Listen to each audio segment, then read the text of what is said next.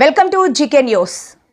అవినీతి నిరూపించకపోతే మీ కాళ్ళు పట్టుకొని క్షమాపణ అడుగుతా, నిరూపిస్తే మీరు దోచిన డబ్బు ప్రభుత్వానికి కడతారా? నెహ్రూ గారు, నవీన్ గారు, నేను సిద్ధం, మీరు సిద్ధమా?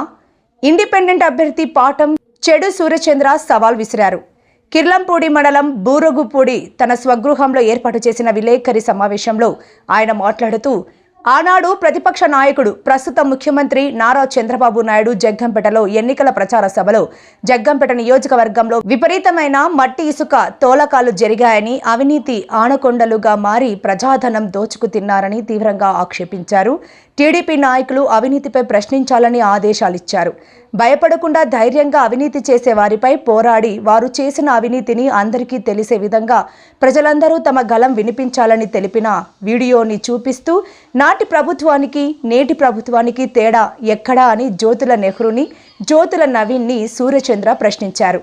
ఈ 2 సంవత్సరాలలోనూ జగ్గంపేట నియోజకవర్గంలో మట్టి ఇసుక అక్రమ రవాణాలో 200 కోట్ల పైన అవినీతి జరిగిందని నిరూపించడానికి సిద్ధంగా ఉన్నానని, నిరూపించలేకపోతే జగ్గంపేట నడిబొడ్డున మీరు ఏర్పాటు చేసిన సమావేశంలో నేను మీ కాళ్ళు పట్టుకొని క్షమాపణ చెప్పి రాజకీయాల నుండి తప్పుకుంటానని పేర్కొన్నారు.